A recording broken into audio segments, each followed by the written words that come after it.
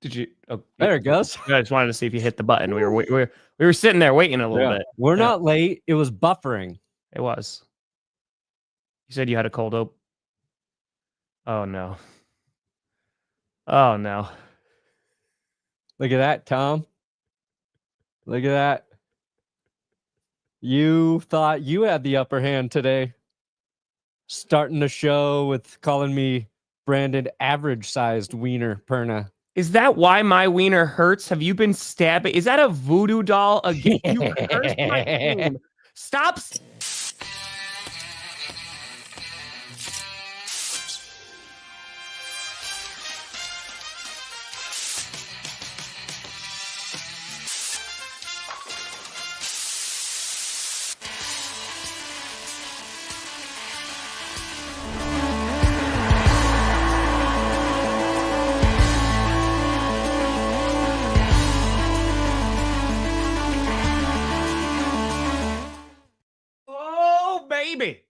We here.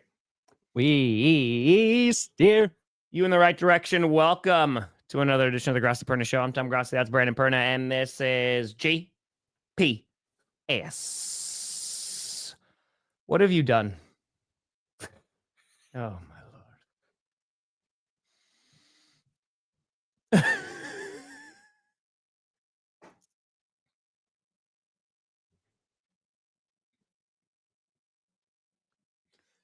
You have the entire clickbait gang. Wow. Now, these are not actually voodoo dolls. Wow. These got sent, Deb. Deb sent these. Deb sent those to Deb you? Sent these.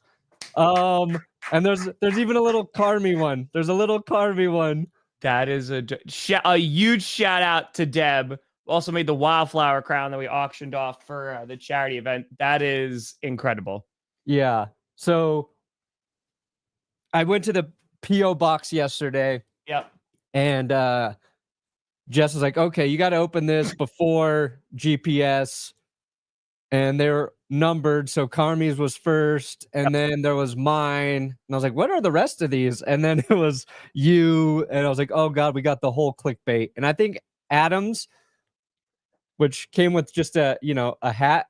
That's good. Yeah, just so you don't get blind. Is my favorite one. But fantastic. We'll show these on clickbait tomorrow. So shout out, Deb. Thank you for sending those. Hell yeah. Definitely made my morning. I love it. Aiden, happy freaking fracking birthday. Let's go. Your Ravens are alive and in prime time and live in color, baby. Let's go. Let's go. We got some stuff to talk about today. We're going to be talking about the remaining playoff teams as there are only 8. And by the way, folks, because we don't count the Pro Bowl, 7 games left. And that's it. Is that it? 7 games left. We got 4 this weekend. We got 2 next week, and then the Super Bowl. And that is it. The season it's so funny because when we go into wild card weekend, super wild card weekend. Of course, branding. Is that back? Yeah, we got to do the branding. Going into it, you're like, all right, there's a lot of games. And once that Sunday is over, you're like, oh, we're in single digits. And then it's just bit by bit by bit. And so we're going to talk about the remaining playoff teams and talk about kind of their strengths and weaknesses. On top of that, we'll talk about Mike McCarthy and the Cowboys parting ways. McCarthy's going to be taking some interviews, as well as was there a game on Monday night? Was there a playoff? Yeah, your favorite team didn't advance. Now Sunday. No, your favorite team, the Vikings. Oh, the Minnesota Vikings. They played on Monday. Yeah. The purple people lovers. Got it. Yeah. I was sitting there watching the press conference. I think there's a few things, right? Because obviously, like, there's the coach speak from the floor, but Jair Alexander, he didn't speak with the press. He's like, I have nothing positive to say. I don't know if I'm going to be back here next year. So there's no huge surprise there. I mean, that was a pretty big possibility that he was not going to be there. Wait, Jair Alexander said that? Yeah, I don't think he's going to be back. So basically, they're going to have to pay him. He had nothing positive to say, like about the game or the season. He was just asked. He was just like, you have anything to say? And he's like, no, I have nothing positive to say. I don't know if I'm going to be back here next year. So, yeah, it didn't look like things were going well. Anyway, I did a video a couple weeks ago about Jair. But yeah, I mean, he broke down Jordan Love's interceptions, and we talked about this on GPS, and he was like, the second one, again, that was schematics. He actually blamed a little bit on Tucker Kraft. He's like, that was supposed to be a 20-yard in, but instead it was 15 in. And he goes, and Bound just put him back into the window. He goes, that first one was on Jordan Love, but like Slay just made an amazing play, and the third one, he just chucked it up. Yeah. I mean, you didn't. I listened to Jordan Love and his post-game press conference too. It just seems like it's disappointment. I was actually really happy with what Tucker Kraft said. He's like, you know what? Honestly, we found out a lot about like folks within this locker room and like what they're going to do for this team. And so going forward, like I'm going to be a leader and I'm going to take on a leadership role. Like he's not a rookie anymore. And I think that's super cool. Josh Jacobs spoke about that. But for LaFleur, man, like things need to change. But I think the expectations are going to be a lot higher this season. Because you had last year where the expectations were low. We didn't know what Jordan Love had. He finishes the season the way that he did. And it's like, oh, now we're having expectations this year. And they fell short of those expectations. Yes, they improved by 2 in terms of their record wins, but they definitely did worse within the division. Yeah. But on top of that, like their defense got significantly better. So these next 2 seasons, I really feel are going to like make or break and be like, okay, like what kind of team is this? Is LaFleur that guy? Is Love that guy? And like, I have some optimism that, yeah, because they have a good track record and Love, you know, you had like one good season or at least like the end of that really good season. And then this was kind of like an okay season. You just saw those flashes. So, yeah, I mean, I'm curious to see what they're going to do in free agency and in the draft. I think they'll be aggressive just because they have the cap space finally. But the biggest news is Tom Clements, QB coach who came out of retirement for Aaron Rodgers, stayed for Jordan Love, will be retiring. So, legend in Green Bay, Mr. Tom Clements. Nice. He's like, I cannot do anything more for this very normal man, Jordan Love. My work here is done. Footwork get a little better after the season. But yeah, I saw that too. Interesting. So yeah, we're gonna talk about all that and more. How you doing today, bud? You kind of turned the page already? Oh, the page was turned. The new book has been purchased. And I am ready to not read that one as well. What was the AJ Brown book? It's like spiritual or like Inner Success. It's something like that. How to go inside of yourself. How to go deep inside yourself and feel the truth. Dude, do you think AJ's opponents purchased that book and now they know how to beat? It jumped up to number 1 on Amazon. Yeah. So maybe. Dude, I got to write a book and get it to AJ Brown. Yeah, apparently, Brandon Perna just likes to curse quarterbacks now. He's got the Brett Coleman curse going on because you did that video about Sam Darnold, and ever since then, it has not gone well. And we did a Jordan Love video at the end of last season too. Yeah, weird. Yeah, look, you did. Weird. Yeah, so the curse wheel's back. Yeah, that's true. Oh yeah, you cursed the Vikings, all right. You cursed the crap out of them, dude. Ooh, I don't like it though. To be clear. I know you're doing another video on a certain QB this weekend, so Godspeed. Godspeed to You're welcome, Detroit. But yeah, let's talk about that game on Monday because we haven't had a chance to speak about it. It's so long ago, you know? It really after yesterday. I did 2 videos about it.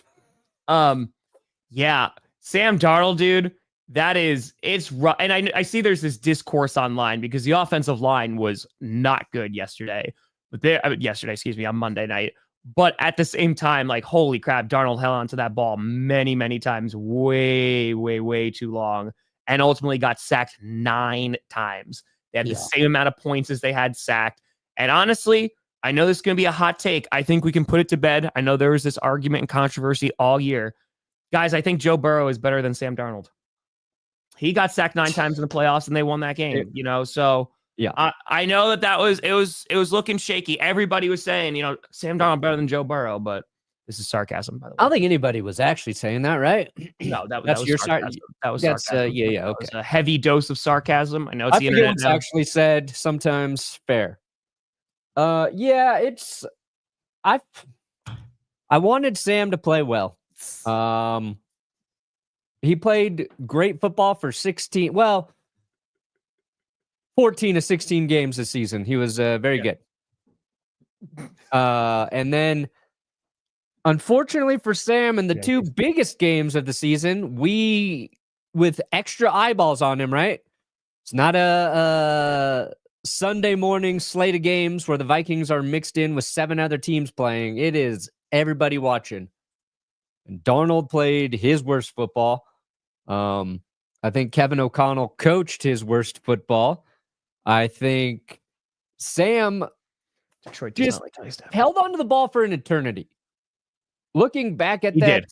dear God, Sam, just throw it away. Live to fight another down, because the thing that never clicked for Sam was 3rd and 16 is better.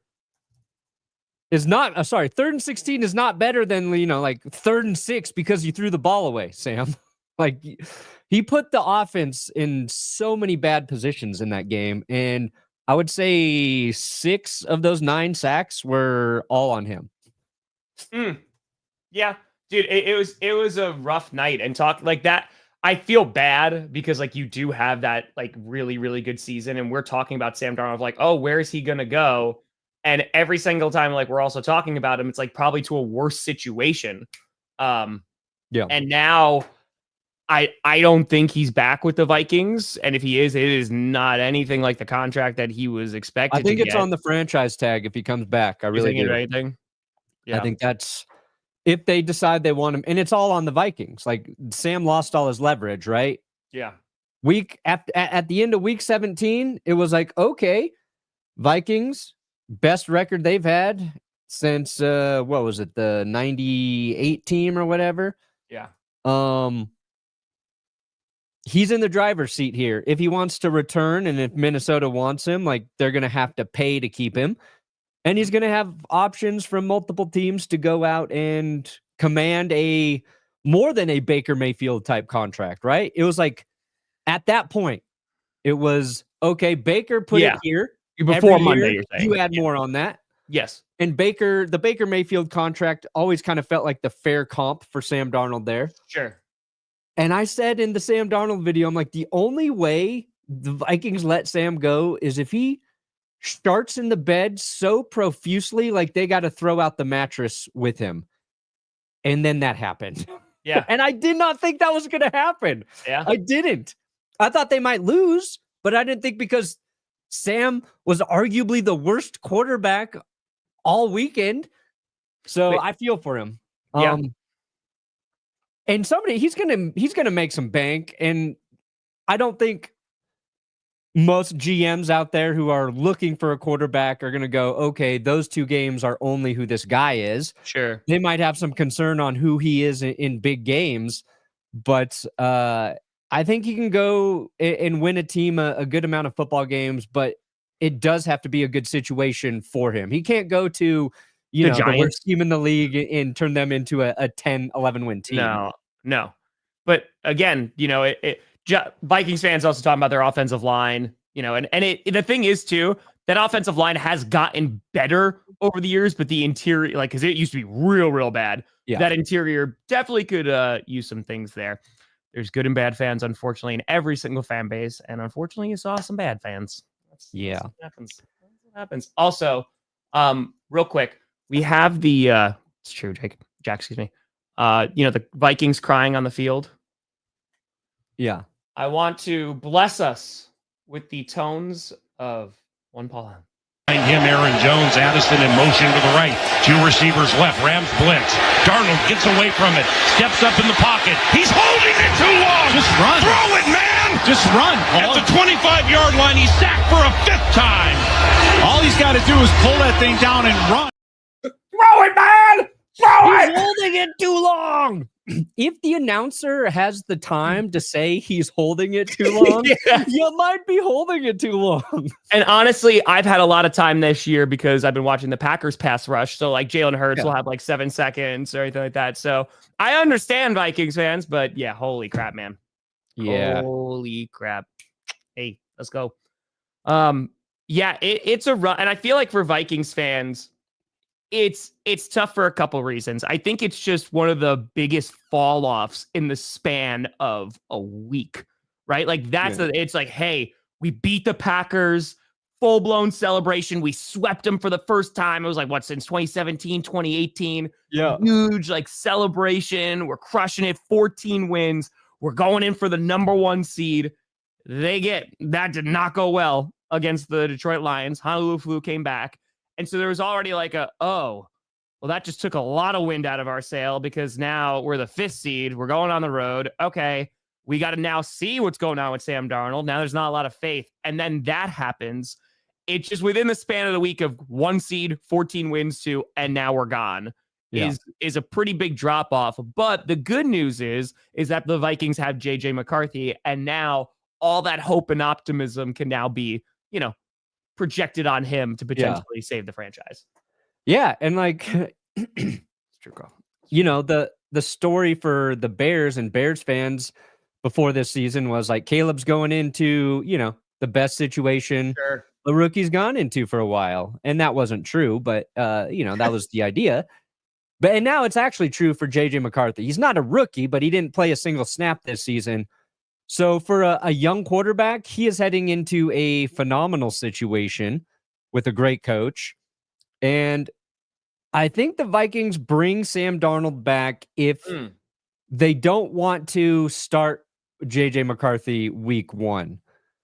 If they do want to start him week 1, then they can move on from Sam. And you look at Kevin O'Connell's track record and be like, we can keep Dan Jones. We can have a veteran quarterback in this locker room who will be a good sounding board for JJ. A good mentor or whatever. And like a guy who, if JJ gets hurt, we have a backup plan. So it'll be interesting to see what they do. It's like this weird line between loyalty and business, right? Because they took a chance on Sam. Sam gave them everything they could have asked for until the last 2 weeks. And I think as fans, you get the sentimental thing where you're like, they should bring him back, even if they got to pay a little bit more than they want to for a guy who's going to transition to a backup quarterback or whatever, because, they saved him. He kept them rocking, but that's just not how the NFL works. It's like, somebody else can pay him, $30 million a year for the next 3 years. Yeah, I don't think the Vikings would do it. I think that team should be the Raiders. That's the conclusion I got to. It's like the Raiders are in a spot where they're not going to, unless they move up or the draft kind of shakes out a little bit, differently than we think. I don't know if they can get a quarterback that they want at 6. They've got so many things to sort of figure out. We don't know what their approach is going to be moving forward as Tom Brady gets more say in how they function operationally. Which so they're just like his mystery team. So we'll see. But where Darnold goes is going to be interesting. Yeah. So let me ask you, do you think the next place he goes, he's a starter? I would imagine, yeah. Because I think for Sam, if he goes somewhere else, he's going to be a starter. If he's comfortable with a role where he's not that guy, then I think he's going to want to stay in Minnesota, right? Like, that's fair. People love him there. The locker room loves him. We know that. He's played at a high level. Like, if he knows his job is not guaranteed, new starting quarterback, stay there. I guess a handful of teams I think are going to be like, yeah, Darnold can help us right now. Maybe he's not the guy we want for 5 years, but 2 to 3, 100%. Because that's the thing too, like unless you bring him in as like that bridge QB, because I feel like that role is where he's gonna, like if he went balls to the wall in like these last 2 weeks, like if he got on the 1 seed or like had even just a really good playoff game, we're talking about this very differently. Oh yeah. Yeah, like I said, there are very few teams that have the wide receiver room that the Minnesota Vikings have. Like there are very few teams, like we're talking about KOC. It's so funny because we're talking about KOC as coach of the year. And then within like people were like, oh, KOC, they should have benched Sam Darnold, like all this and start questioning all that. And I go, you know what? I'm just glad it's not Packers fans. It's not just Packers fans who are like the sky is falling. It's good to know that we at least have some company there. It's every fan. It's every fan. Name. Things are good. Team is awesome. Things are bad. You know what? Perna, legitimately, this would be a really fun like off-season video to do of like a what if Aaron Rodgers went to Denver. That'd be super fun. I'm curious because I feel with Hackett, it would have been Aaron Rodgers' team, right? I Yeah. still think you bring over a lot of his friends over to Denver. I think that's happening still. We're imagining the injury doesn't happen. Yeah. So yeah, I think Hackett, maybe they last like 2 years. I just don't know if they're winning a ton of games with the roster that they had unless they're bringing in a good amount of folks. Because we're also then having to say that the Russell Wilson trade never happens. So then they have cap space. They can make trades for other folks. Like draft capital is different too. I think they win games. Yeah, I wanted it. I'm glad it didn't happen. I don't think it would have been as good as we hoped. I still like Sam. Maybe Darnold. Rodgers never gets injured. Maybe it's a different thing. But I don't think you win a Super Bowl with him. What's that? I don't think you win a Super Bowl with him and Hackett. Like what we found out about Hackett as a head coach, like it literally would have been the Aaron Rodgers show. Yeah. The one I think about is what if the Broncos had drafted Russell Wilson instead of Brock Osweiler? Like that's my big what if. Let's go, Max.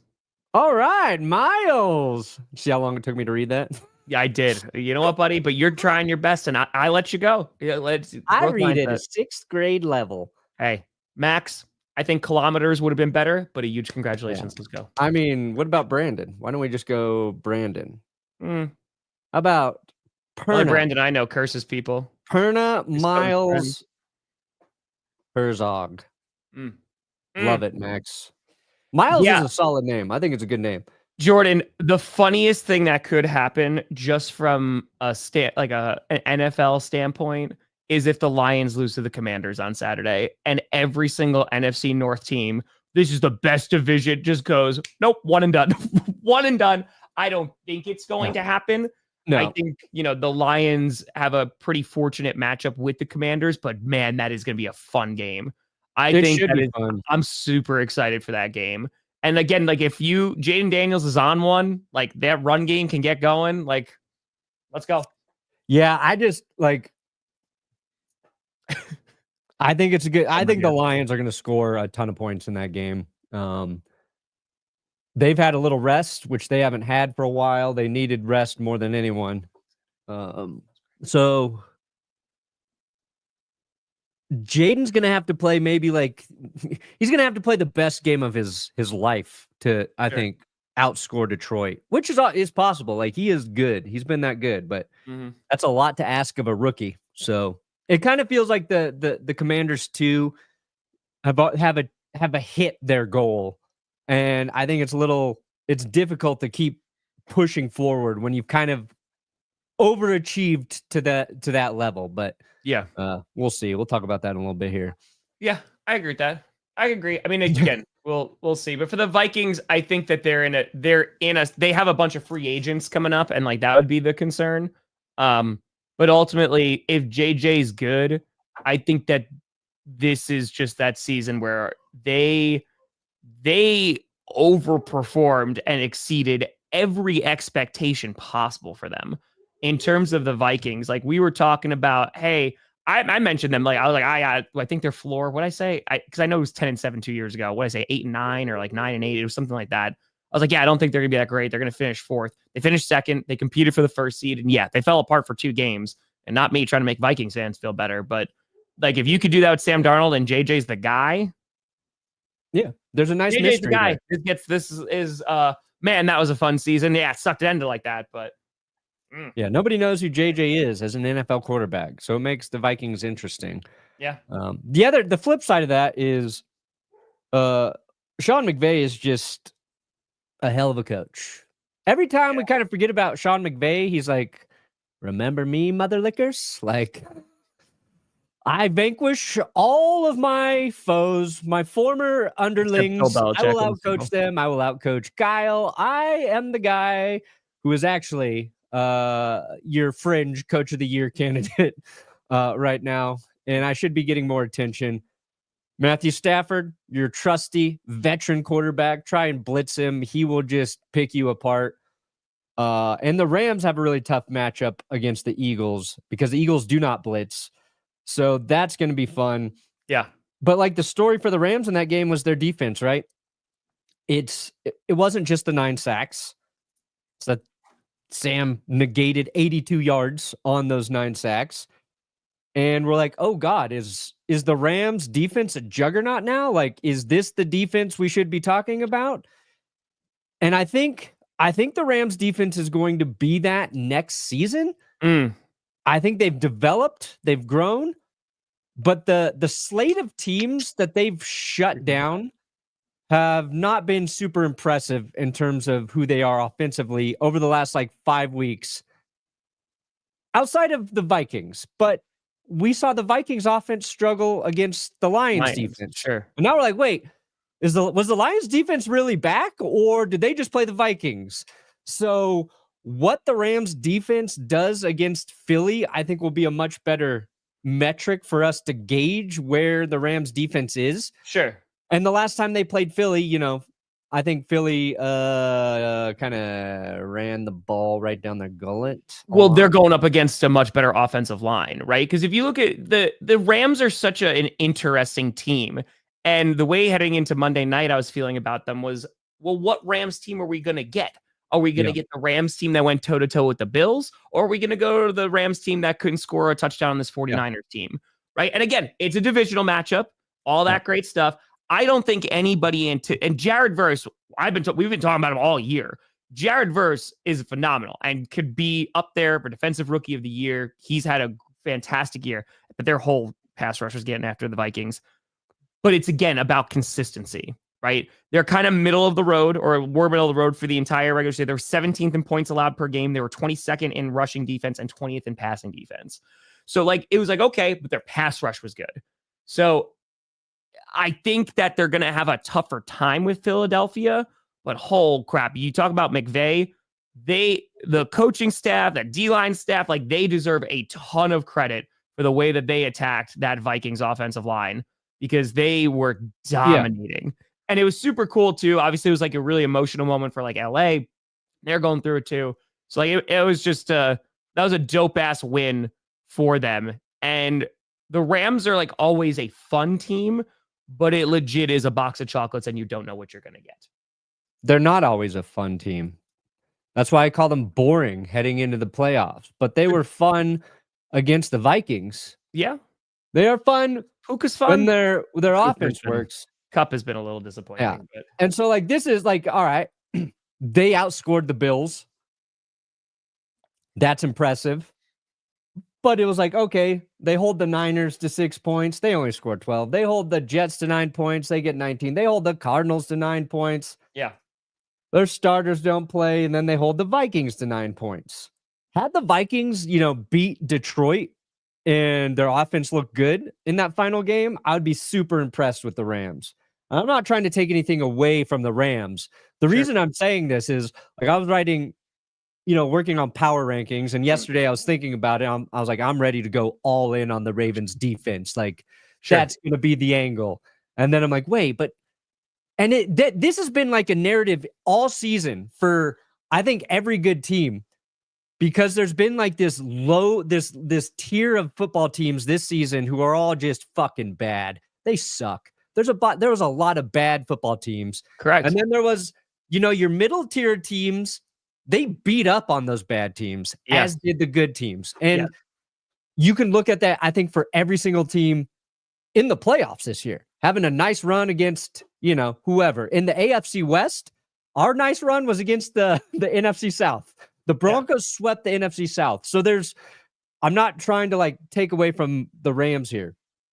I think it's just made how good some of these teams are harder to gauge this season in retrospect. Agreed. You know what I mean? But if the Rams do this to the Eagles, then dear God, watch out. Like oh, well, then at that point, oh my God, let's get Lions Rams NFC championship game. An insane championship game if the Lions, beat the Commanders. But this is again, like, this is why I love this sport so much. Like, this is why I love the playoffs, because talking about the Rams going into this, I picked the Vikings to win. I thought they were a more balanced football team. And I was like, okay, I think they should be able to get this done unless Stafford is airing it out. And that first drive, looked like the Broncos' first drive, which they were just moving down the field. They were looking good. They scored, and I was like, okay, let's see if they go back and forth. The Vikings just never went back and forth. And ultimately, like the Rams, now we're talking about them of, okay, like we saw one. Now can they do it against the Eagles, who are going to be a step up? Like they are going to be a step up within competition.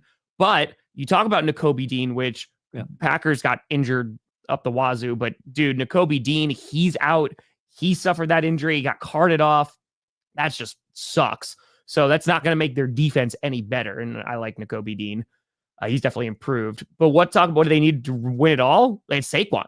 If they're able to establish the run against any of the teams, they have a good chance of winning, right? The things where you're a little bit concerned is like they had 4 turnovers in that Packers game.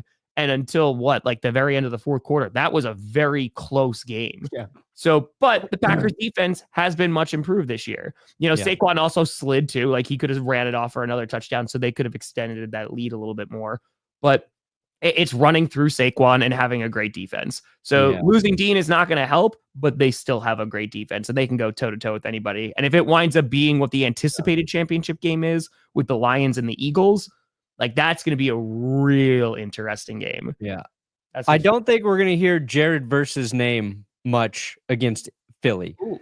They have 2 of the best tackles in the league. In Jordan Mailata and Lane Johnson, right? Like those guys are. It's gonna be tough. They are put them on an island. Whatever edge rusher they're gonna eliminate. Mm-hmm. Now Rams got pressure.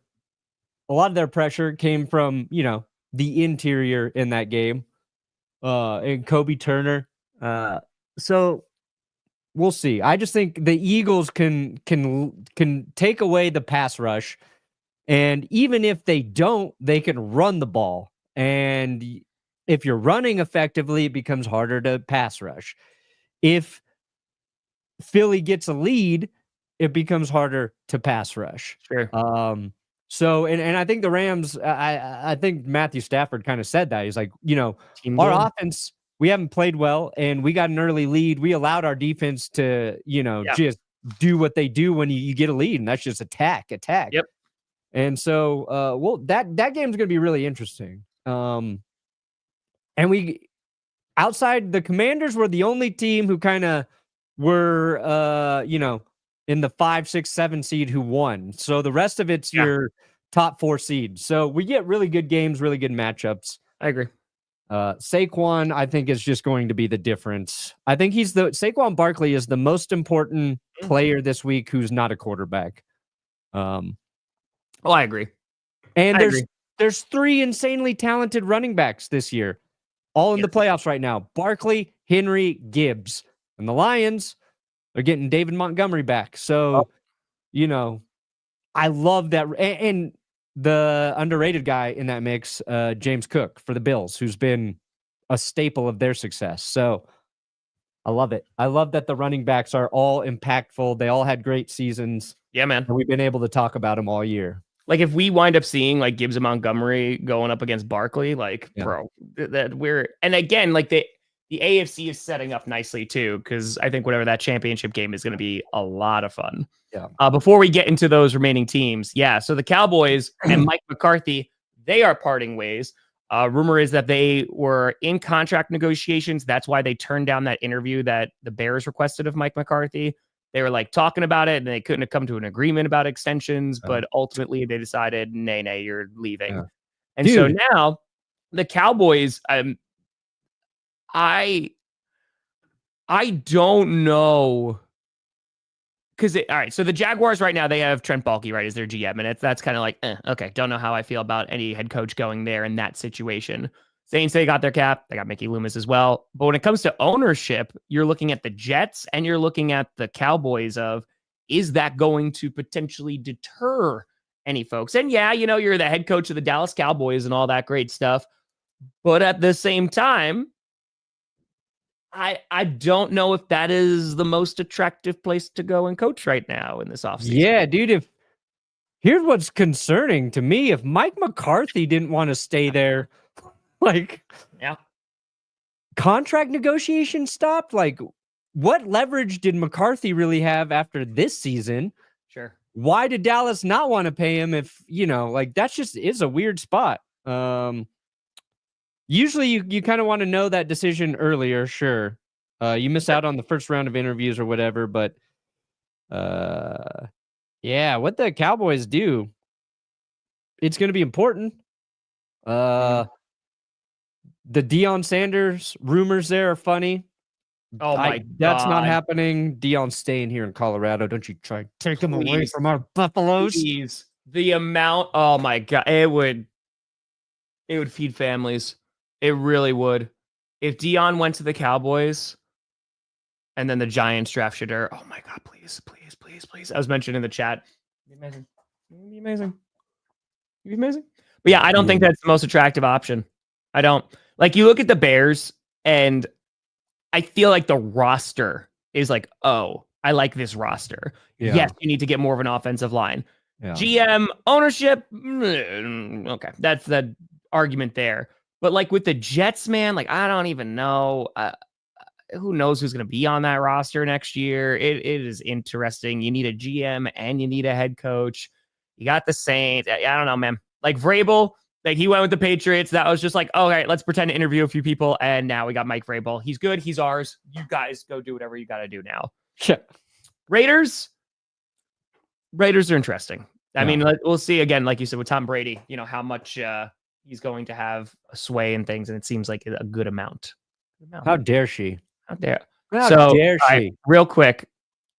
So during Monday's game, I started something that I did not think I was going to start. I asked a question because on the internets, I have seen, and I thought it was like a minority of fans, a Lions fan base, who were like anti-Matthew Stafford. And I was like, that's interesting because, I mean, I saw a majority of people saying, hey, they were happy when they won a Super Bowl, all that stuff. And for the next like 30 minutes of that game, it was, yeah, there's Matthew every now and then, like, okay, but it was generally positive. They really don't like Kelly Stafford. They do not like Kelly Stafford. And I knew they didn't like, but I didn't know the depths upon which they did not like Kelly Stafford. It's significant. So, yeah. Well, we know. Matthew Stafford, very likable. That's all I'm going to say. And since you brought up my coffee, check it out. Rachel worked on the Devil Magic design for me. We dropped those shirts at Benchwarmer Shop. Rachel, thank you. Honestly, Rachel did a great job with that design. It's a dope design. I love it. And we've attached Devil Magic to the Chiefs. This is my way of hopefully profiting off of their success. But also, I think next year Devil Magic's just going to go to the team that had like some hocus pocus, help them win a football game. And our first flavored coffee will be coming, and it will be Devil Magic. I've never done a flavored one, so because I'm a snob with my coffee. I mean, honestly, he'll make that defense better, and that defense needs to get better from the Jaguars. So yeah, I don't think we're gonna complain about that Jaguars defense get better because they were awful. Yeah. So, yeah, I think we learned like Saleh, good head coach, great defensive coach. It's going to be about Jacksonville finding the right offensive coordinator when you bring in that guy. Yeah, I sound like a broken record, but like that's what you got to do, especially when you've got a talented quarterback. But yeah, exactly. And if the Lions, so I was talking about Sean McVay earlier. I also thought about this, right? We know Sean McVay is a great head coach, and we know that because year after year, his coordinators get poached, right? Sure. Offense, defense, doesn't really fucking matter. Teams are like, I want that guy. Dan Campbell, after this season, might lose both Ben Johnson and Aaron Glenn. It looks like that's like a 99.9% guarantee. Both his coordinators are going to be gone. And I think Dan Campbell is one of the best head coaches in the NFL, and how he navigates losing his top two guys is going to be his toughest challenge since, coming in season one, and how he continues to progress as a head coach, knowing like teams are going to be gunning for your coordinators probably year after year. Mm-hmm. I think it's that next tier of figuring out how to be a an elite head coach in the NFL. Luckily, they have the foundation, they have the pieces, they have the roster, and you can transition that way. But I think that will be the amount the Lions either stay the same or take a step back or figure out a way to get even better. It's all going to be on Dan Campbell in 2025. Yeah. I guess that's now, but yeah. Miguel, that's a great question. I don't think so, just because he's already getting head coaching interviews. So like he might wind up taking off, like taking some time again. I don't know. I mean, like that's honestly just going to be up to him. I mean, I would love if he even took a coordinator. I don't think he would, but like if he took a coordinator position like in Pittsburgh, dude, like I think that'd be cool. Nice homecoming there, but I don't think. So McCarthy's interviewing with the Bears, right? Yeah, he's interviewing with them, and then is Arthur Smith interviewing with the Bears or the Jets? Arthur Smith, I don't remember, to be honest with you. Let's see here. Yeah, he's with the Bears. Yep. Arthur I mean, again, we laugh and stuff. Like McCarthy is a good head coach, and to be honest with you, like he'd be one of the better ones that the Bears have seen. You know, just like kind of just the level of play, and you know, I don't know if he's going to be the guy there, but he would be an upgrade over Eberflus. I'll tell you that much. He definitely would. So, yeah, Caleb. Well, I think that's some of the discussion too about firing Rand. I don't know, man, because it's Callahan. You don't know about that too, and it is an interesting time with Tennessee, and they're an interesting option too for GM vacancy. They have the number 1 overall pick, but you do have that head coach there too. So very interesting. A lot of folks like to do their own thing when they get there. A Devil Magic cold brew. Oh, interesting. Interesting. Let me see how the flavored coffee does first. I don't even. Yeah, cold brew is a whole different beast, but it's colder. It is cold. It is colder. You can always make a cold brew with your coffee, right? Alexander, I thought it was dope. Yeah. I'm super happy for Penta too. I mean, like, dude has worked his ass off, and also getting a Lucha Underground. Don't fall asleep. Shut up. It's been 5 seconds. The Lucha Underground mention on Raw is dope too. All right, go ahead. Go. Come on. I know it's your nap time, old man. Let's go. Get back up. All right, you guys started talking about wrestling for a second. Oh, shut up. All right, let's go. Let's go. Come on. We're gonna find every team's tragic flaw. Yes, we are. Let's go. Let's find their Achilles heel. Let's do it. Let's rock. NFL playoff. What happened? Exactly. That's the first. If it's like a math problem. If you have one timeout remaining and 30 seconds left on the clock, do you A, call timeout, B, let timeout go, 3, take a timeout with you? I think it's like, at the combine, they're clocking like 40 times, 3 cone drills. They're like, all right, Mike, and go. 3 seconds. That's an improvement over 40 where it wasn't called by Eberflus. Not once, but twice. Mike. That's great. Mike, let's just say you have 14 minutes left in the fourth quarter. Can you call a timeout anywhere in the final 14 minutes? Mike, do you know that your timeouts don't carry over from halftime into the second half? Yes? All right. You have gone to the top of the list today. If Ben Johnson betrays the Lions and goes to the Cowboys, I hope the next time that the Cowboys and Lions play, that the first touchdown that Ben Johnson calls for the Cowboys is to an offensive lineman who reported eligible. Yeah. I just want to say that is what I would like. Shanahan on the hot seat. No. It depends on who you talk to. They're too intertwined. And I believe, weren't they both extended recently? I don't. So this upcoming season, dude, you got to figure out your off season. You got to figure out what you're doing with Brock. You got to figure out what the hell's going on with the 49ers, first of all. And you got to figure out how to stay healthy. Yep. Debo every other year. It's every other year. So I think Shanahan's not the first guy on that list of things that need change. Yeah. And don't forget, like, last postseason, Dre Greenlaw suffered one of the most unlucky injuries we have ever seen.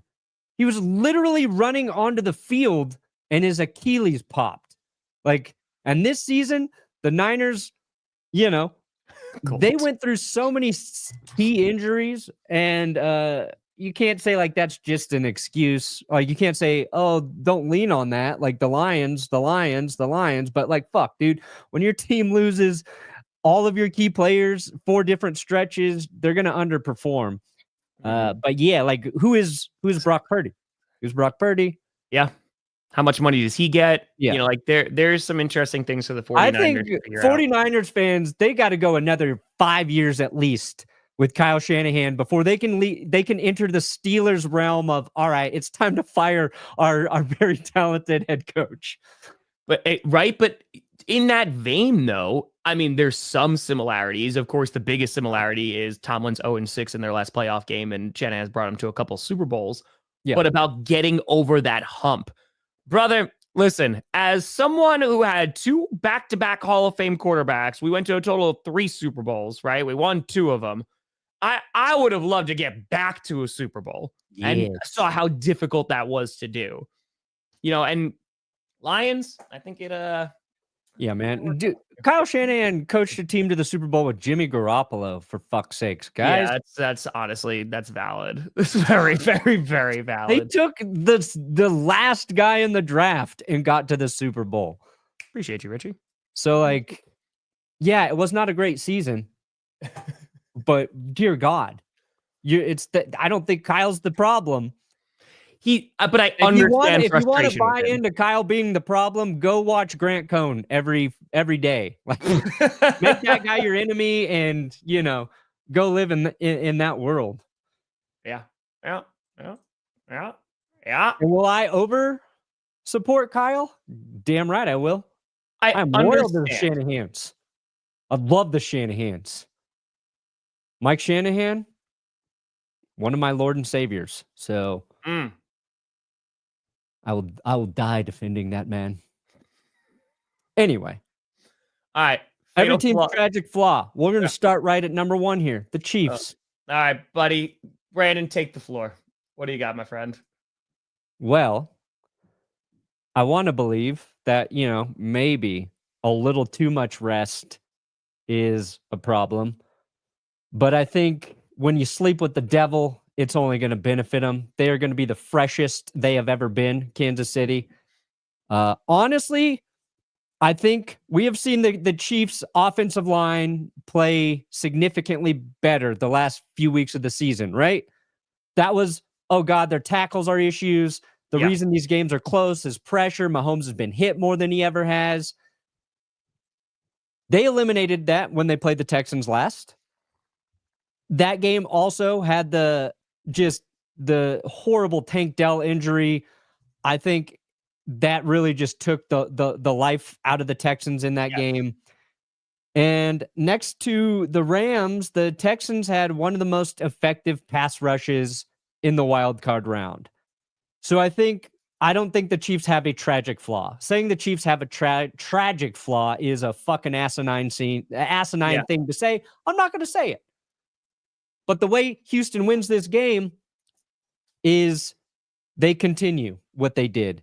And it starts with generating pressure with Anderson, and they have to perform at the level they did this last weekend, and then they got to take it up a notch to slow down Patrick Mahomes, and the Texans got to figure out how to run the ball. But I think the Texans edge rushers, their defensive line, that's where the mismatch could be, even though it feels like the Chiefs have kind of figured out their offensive line, right? I think that's the difference in this game. I think it's that Texans, I think Coleman was talking about this too. Like their pass rush is one of the best right now, remaining in the playoffs. And if they're able to make Mahomes uncomfortable, like they can keep this a close game. The Texans are definitely going to be underdogs heading into this. Hell, they're underdogs heading into the game against the Chargers. Yeah. And the thing that concerns me about the Texans is still that offense, right? If they're fumbling or they're throwing an interception, doing that against the Chiefs are going to make them pay for it, right? Yeah. And again, just in terms of even experience. And I feel like with the Chiefs, they're there's all these things that we can talk about, but their number one, the opposite of flaw, like their number one pro is the fact that they have all of this experience. They literally have been here time and time and time again. And it's their quarterback, it's their head coach, it's their tight end, it's a lot of members of that defense. Like a lot of that squad has been in this position. They're won back-to-back Super Bowls. And so like, they're not gonna panic, right? The Texans get after them. Like that is a long 4 quarters. And the Chiefs, as they've shown this year, they will drain that clock. They will just grind you down. They'll win 3-0. They don't care. And I think for them, like you mentioned the offensive line, if the Texans pass rush is able to get after him and make Mahomes uncomfortable and stop the run, they got a shot. They got a shot. So I think it's still leaning offensive line because I don't know how productive the Texans like deep game is going to be against the secondary, which maybe you could take advantage of. Yeah. Well, I mean, I think the Texans have a very good secondary. I think they can. It's tough against the Chiefs too because right now there's too many guys to account for in their passing game. They unfortunately for all of us, good for them, got healthy at the right time. You've got Hopkins, you've got Hollywood Brown to account for. Xavier Worthy's come along nicely, and now Travis Kelce, who is one of the players who actually I think benefits from some real rest on the Chiefs roster because he's older. He said he feels like he's 22. I hope that just blows up in his face, but it feels like it's going to blow up in my face. Yeah, I think he's going to. Travis Kelce's going to be a problem because I think with Stingley, with Lassiter, like the Texans have corners who can hang with the best of them. It's the flip side of that where if the Chiefs just put McDuffie on Nico Collins and CJ Stroud's got to rely on the other targets in the passing game, they become very one-dimensional. And that's unfortunate because of injuries to Diggs and to Tank Dell. Mechie was one of the guys who turned the ball over last week, right? If I remember correctly. Wasn't that outside of Nico, like they've got to find other guys in the receiving game to make plays for them because the Chiefs have a very good defense. And I don't know if the Texans have that.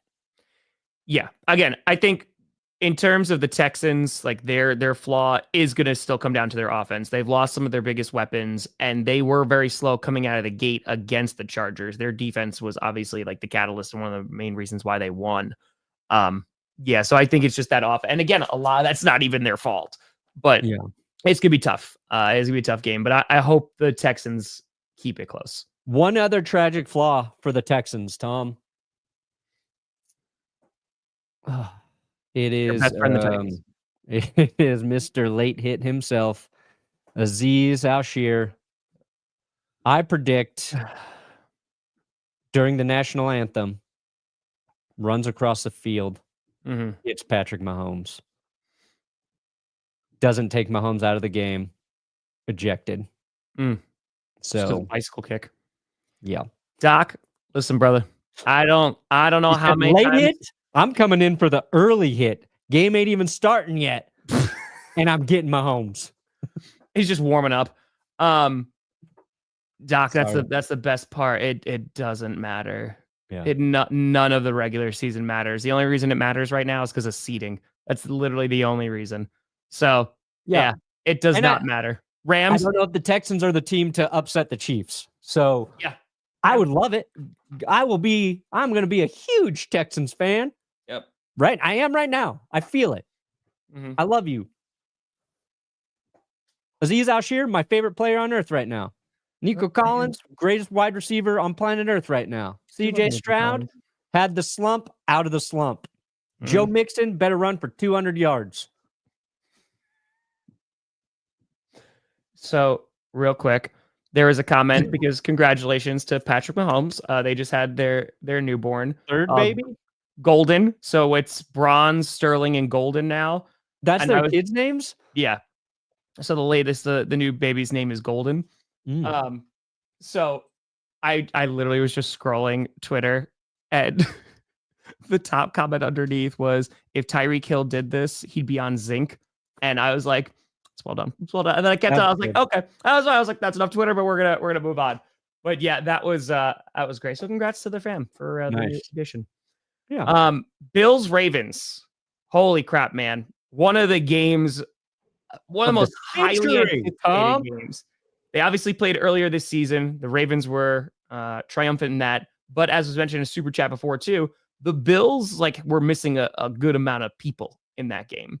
This is being played in Buffalo. And dude, it is a coin flip for me of who wins this game.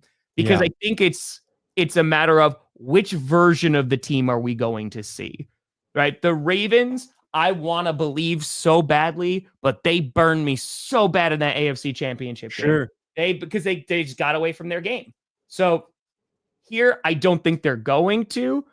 He's trying. It's reverse psychology. He's been doing it for months. Okay. Gotcha. It's fine. Yep, definitely. But dude, I think just the spectacle. Don't say coin flip. Sorry, Bills fans. Sorry. That didn't even do that intentionally. I think with Derrick Henry being a game changer, let's just talk about the fatal flaws. We'll get to the game. Let's talk about the fatal flaws for the Bills. If they're unable to run the ball, right, and it goes all on Josh Allen, I still think they'll be fine because that has happened before. Yeah. But taking that out of their game might be problematic. I think it's going to be containing Derrick Henry, though. Yeah, the Bills will run the ball. And you're right. I think the Bills did such a good job stopping the run against the Broncos. They were a top 15 team this year in stopping the run. So it's just Derrick Henry, you know? Yeah, but they did it so well against the Broncos. I'm scared they might be just a little too confident that can translate to the Ravens and King Henry. And that's where the Ravens get a little tricky, right? Even if Henry, if you stop him for the first half, it doesn't matter. You just keep going to him and he will break free. So Derrick Henry, he's been such an impactful player all year for Baltimore. I think they learned early in the season, don't limit Derrick's touches. Yeah. They won't. I don't expect it, Gold. I respect it. I just doubled down on saying the Bills are the best, in my opinion, the best AFC team every week. Facts. Because I think it just goes back to my preseason prediction that they'll get to the Super Bowl this year, and that they've proven to be a very complete football team. The Ravens, though, to me, are the hardest team outside of the Lions to slow down once they get going.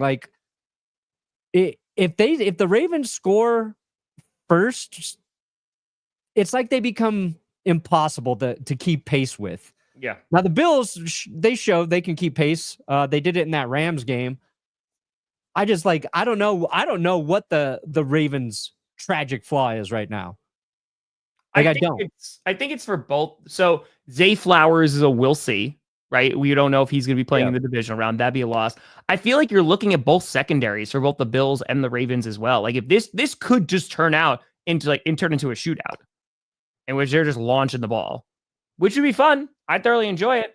Yeah, and I would say the Ravens have a very good secondary. I'd say you've got Wiggins, you got Humphrey, and you got Kyle Hamilton all playing very good football. So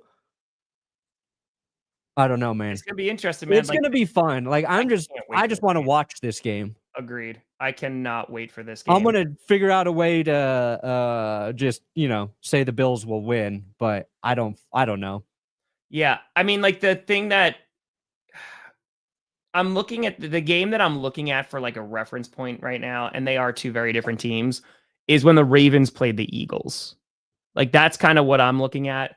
And in that game, Saquon had 107 yards. He had 23 carries and that touchdown as well. So they had 140 total. But Baltimore outrushed them. They outgained them, time of possession, and they still lost that football game. So it's going to be really interesting to see what this comes down to. Yeah, man, I just can't wait to watch this football game. I can't wait to watch this game. You have Lamar Jackson, Josh Allen, both deserving of MVP, both highly considered in that conversation. One of them's going to wind up winning it. And yeah, man, Bills Mafia is going to be going insane. And I think there's just going to be, okay, whoever wins this game, if the Chiefs wind up beating the Texans, which I think is going to be the likely option, can one of these teams knock them off at Arrowhead? Whoever wins is going to have a ton of momentum heading into that game, man, because they're going to be beating one of the best teams in the playoffs. Yeah, I think Josh Allen's just got to play his best football game of maybe his life. Yeah. And that's mostly like because the Ravens offense is so hard to slow down. Whoever does win this game, just don't beat the piss out of the other team so badly that they're limping into the championship game against the Chiefs. Yeah. All right. If you guys want to have a track meet where nobody's getting tackled, that's fine. It's just the Pro Bowl. Yeah. Play it that way. I want you both healthy because one of you got to stop the Chiefs. Dude, that would be if the Strouds knock off the Chiefs. Oh my goodness. That would I'm gonna buy a house in Houston if that happens. Going to Texas. Yeah. All right, Lions. Talk about their flaws. None. Perfect team. So it's their secondary. Best coach in the league. It's their secondary. Obviously, get some folks back from injury will help, but I think it's gonna be fun watching this Commanders offense operate against this Lions defense. Yeah. I think like that is going to make for a very entertaining matchup. Like when we were seeing like the Vikings trying to dial it in, but hell, dude, the Lions dominated that front against the Vikings, which apparently now is just a thing, except if you're the Packers, it's fine. I'm over it. But I think for the Lions, like their secondary is the one thing you look at. And obviously, they have some injuries, but they're going to get every game at Ford Field. So that is going to give them a huge advantage. I'm just looking at that defense if we're looking at flaws for the Lions at this point. Yeah. It's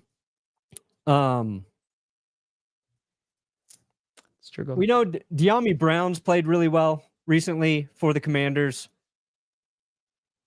And we'll see if that continues. The Lions really, I think, in the passing game, you focus on Scary Terry first.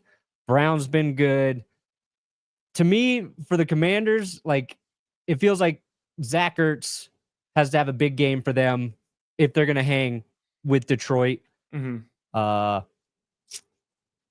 I just don't know. Like we were worried about the Commanders being able to slow down the Bucs offense last week, and they did a very good job against Tampa. But I haven't seen anybody be able to really slow down the Lions offense for a while. So that's just, to me, the Commanders' entire defense is a mismatch for the Lions at this point.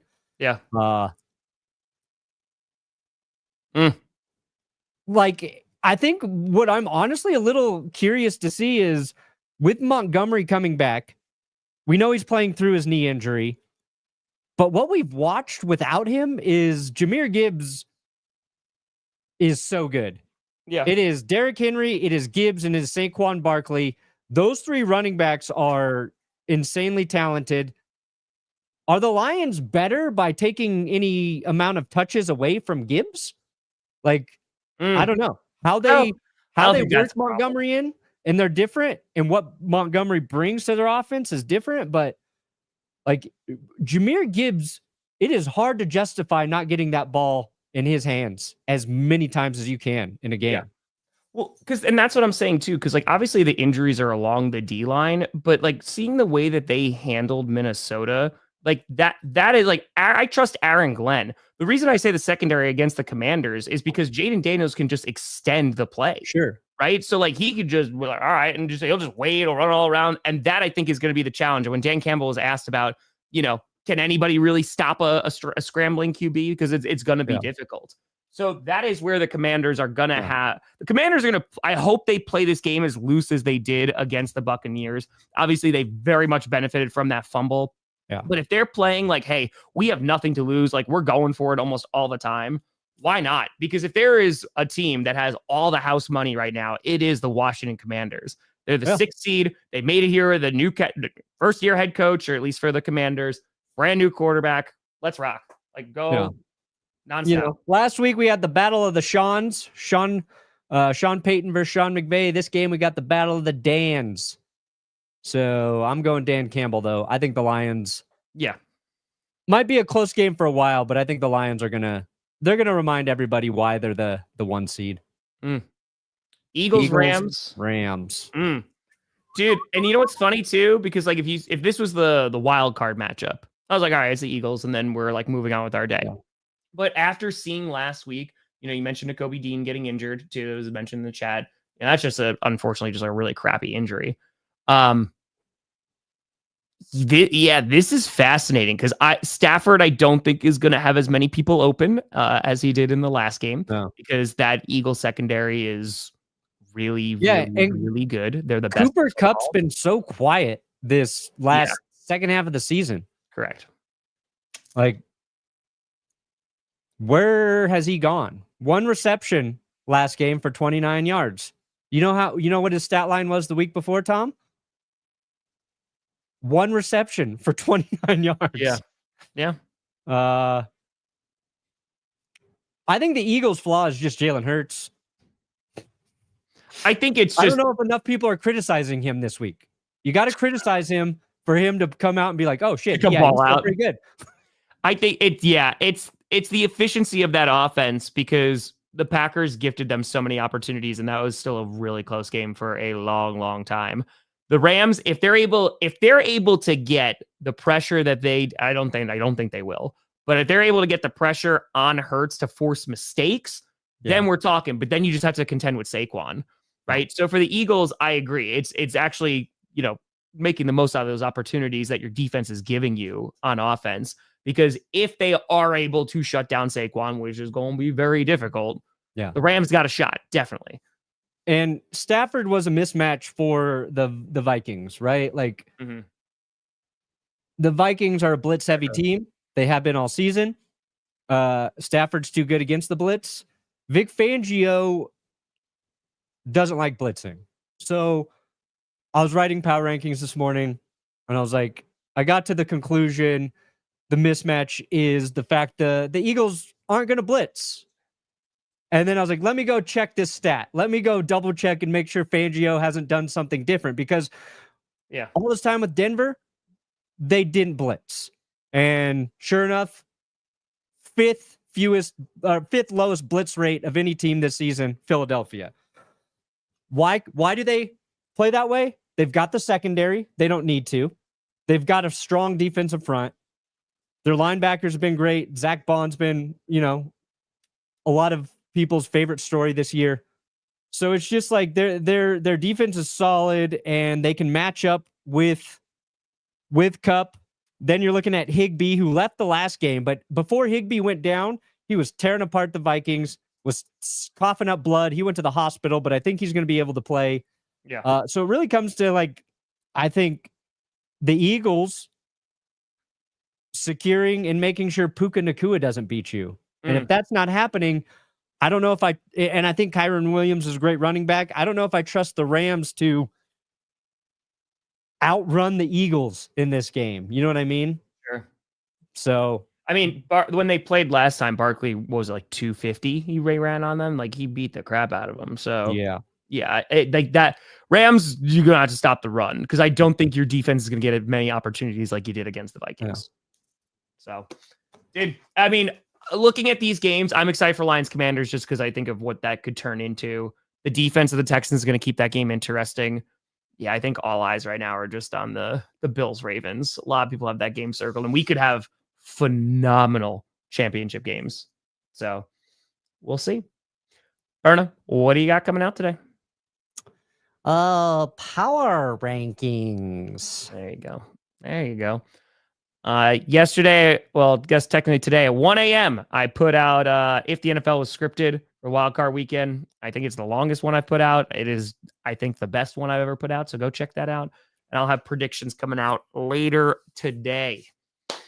We'll rock. Probably season reactions going to start tomorrow. But folks, We appreciate the hell out of you. We'll see you tomorrow for clickbait, probably. And then Friday, we'll see you for another edition of GPS. But folks, thank you so much for watching. I'm Tom Grossi. That's Brandon Perna. This is GPS. And you have been navigated. Only 7 games left. Enjoy them.